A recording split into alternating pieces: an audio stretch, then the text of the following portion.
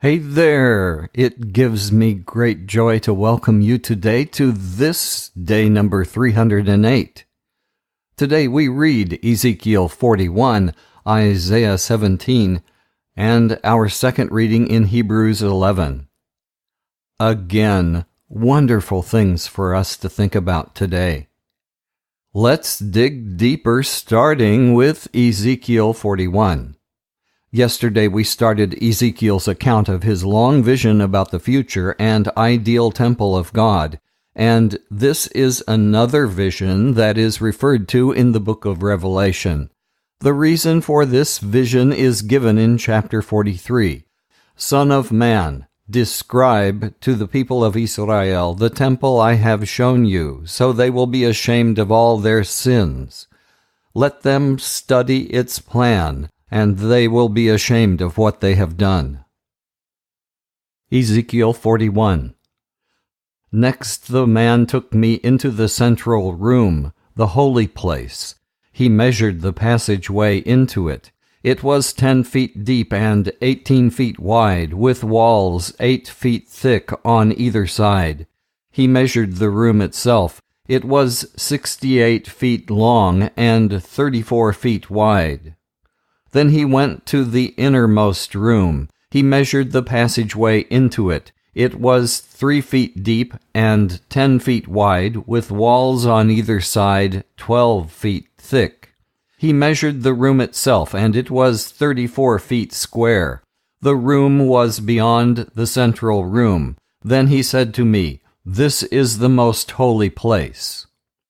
Heading: The rooms built against the temple walls. The man measured the thickness of the inner wall of the temple building, and it was 10 feet.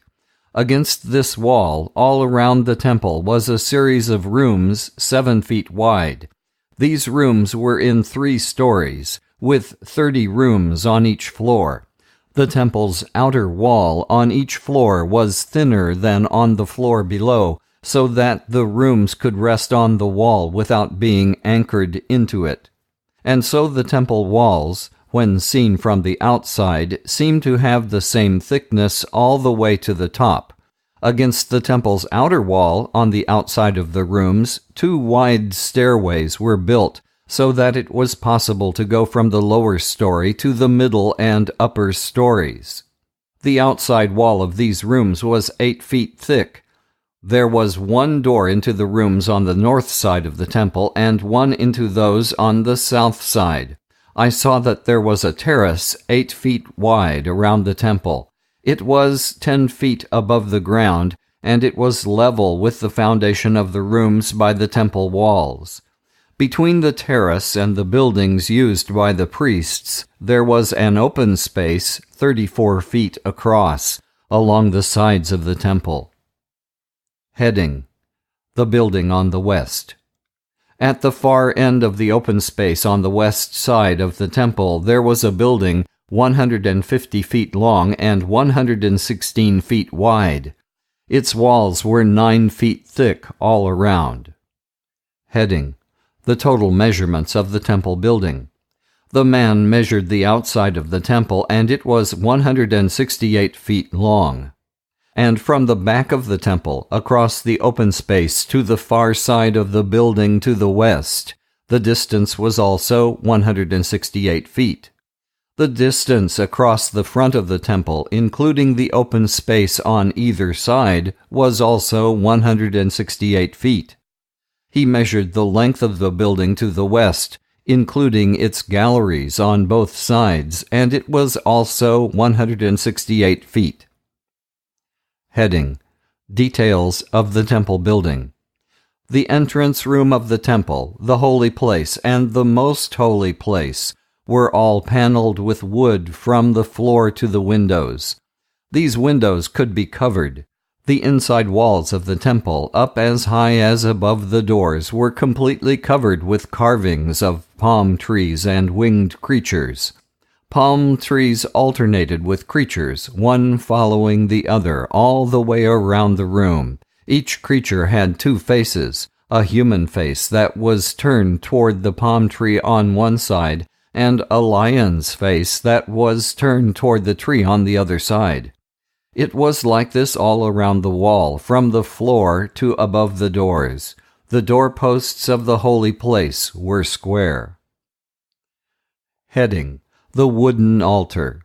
In front of the entrance of the most holy place there was something that looked like a wooden altar. It was 5 feet high and 4 feet wide. Its corner posts, its base, and its sides were all made of wood. The man said to me, "This is the table which stands in the presence of the Lord." Heading: The doors. There was a door at the end of the passageway to the holy place, and one also at the end of the passageway to the most holy place. They were double doors that swung open in the middle. There were palm trees and winged creatures carved on the doors of the holy place, just as there were on the walls. And there was a wooden covering over the outside of the doorway of the entrance room. At the sides of this room there were windows, and the walls were decorated with palm trees. Now let's turn to Isaiah 17. Yesterday we finished the 2-chapter oracle concerning Moab. It was really not so much a prophecy of condemnation, but a lament for the people. Isaiah 17. Heading: God will punish Syria and Israel. The Lord said, "Damascus will not be a city any longer. It will be only a pile of ruins. The cities of Syria will be deserted forever. They will be a pasture for sheep and cattle, and no one will drive them away. Israel will be defenseless, and Damascus will lose its independence.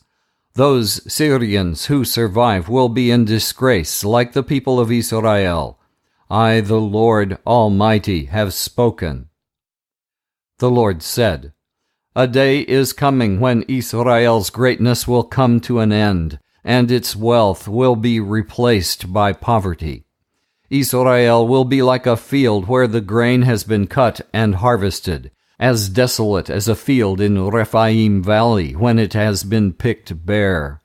Only a few people will survive, and Israel will be like an olive tree from which all the olives have been picked, except 2 or 3 at the very top, or a few that are left on the lower branches. I, the Lord God of Israel, have spoken." Isaiah speaks.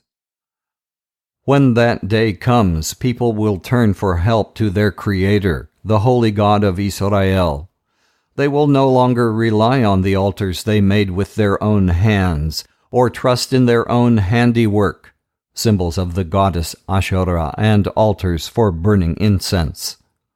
When that day comes, well-defended cities will be deserted and left in ruins, like the cities the Hivites and Amorites abandoned as they fled from the people of Israel. Israel, you have forgotten the God who rescues you and protects you like a mighty rock.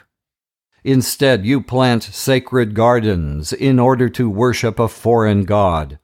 But even if they sprouted and blossomed the very morning you planted them, there would still be no harvest. There would only be trouble and incurable pain. Heading: Enemy nations are defeated. Powerful nations are in commotion with a sound like the roar of the sea, like the crashing of huge waves.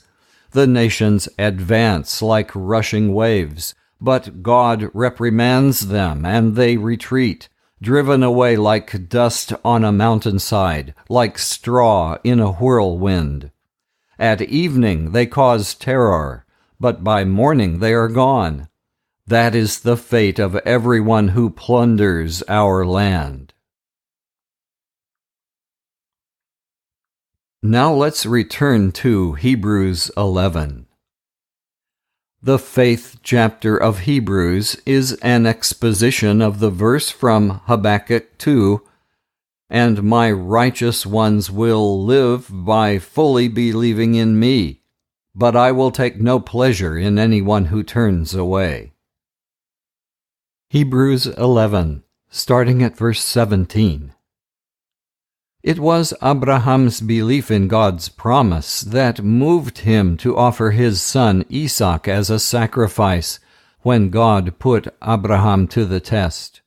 Abraham was the one to whom God had made the promise, yet he was ready to offer his only son as a sacrifice. God had said to him, "It is through Isaac that you will have the descendants I promised." Abraham reckoned that God was able to raise Isaac from death, and, so to speak, Abraham did receive Isaac back from death. It was Isaac's belief in God's promises that moved him to promise blessings for the future to Jacob and Esau. It was Jacob's belief in God's promises that moved him to bless each of the sons of Joseph just before he died. He leaned on the top of his walking stick and worshipped God. It was Joseph's belief in God's promises that moved him, when he was about to die, to speak of the departure of the Israelites from Egypt and leave instructions about what should be done with his body. Moses' parents believed in God's promises, and that is what moved them to hide him for 3 months after he was born. They saw that he was a beautiful child, and they were not afraid to disobey the king's order. When Moses had grown up, it was his belief in God's promises that moved him to refuse to be called the son of the king's daughter. He preferred to suffer with God's people rather than to enjoy sin for a little while. He reckoned that to suffer scorn for the Messiah was worth far more than all the treasures of Egypt, so he kept his eyes on the future reward. It was his belief in God's promises that moved him to lead the people of Israel out of Egypt without being afraid of the king's anger. As though he saw the invisible God, he refused to turn back. The same beliefs moved him to establish the Passover and order the blood to be sprinkled on the doors, so that the angel of death would not kill the firstborn sons of the Israelites. It was the Israelites' belief in God that enabled them to cross the Red Sea as if on dry land. When the Egyptians tried to do it, the water swallowed them up. It was the Israelites' belief in God that made the walls of Jericho fall down after the Israelites had marched around them for 7 days. It was Rahab's belief in God that kept her from being killed with those who disobeyed God, for she gave the Israelite spies a friendly welcome. Should I go on? There isn't enough time for me to speak of Gideon, Barak, Samson, Jephthah, David, Samuel, and the prophets. Their belief in God enabled them to overthrow other kingdoms. They did what was right and received what God had promised. They shut the mouths of lions, put out fierce fires, and escaped being killed by the sword. They were weak, but became strong. They were mighty in battle and defeated the armies of foreigners. By means of their full belief in God, women received their dead relatives raised back to life. Others, refusing to accept freedom, died under torture in order to be raised to a better life. Some were mocked and whipped, and others were put in chains and taken off to prison. They were stoned, they were sawed in two, they were killed by the sword. They went around clothed in skins of sheep or goats, poor, persecuted, and mistreated. The world was not good enough for them. They wandered like refugees in deserts and hills, living in caves and holes in the ground. What a record all of these have won by means of their full belief in God and His promises. They did not receive what God had promised. because God had decided on an even better plan for us. His purpose was that only in company with us would they be made perfect. Please join me in prayer. Dear Lord Jesus, thank you for all those faithful believers mentioned here that did not receive what they hoped for in this life. Thank you that not everyone worked miracles, not everyone was victorious, but others sound more normal, like us. They were stoned or killed or were poor, persecuted, and mistreated. As verse 13 says, all these people kept on fully believing until they died.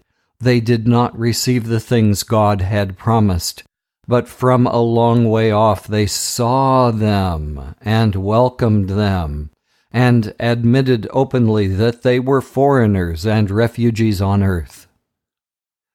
Lord, give us a longer view, like Moses. As though he saw the invisible God, he refused to turn back.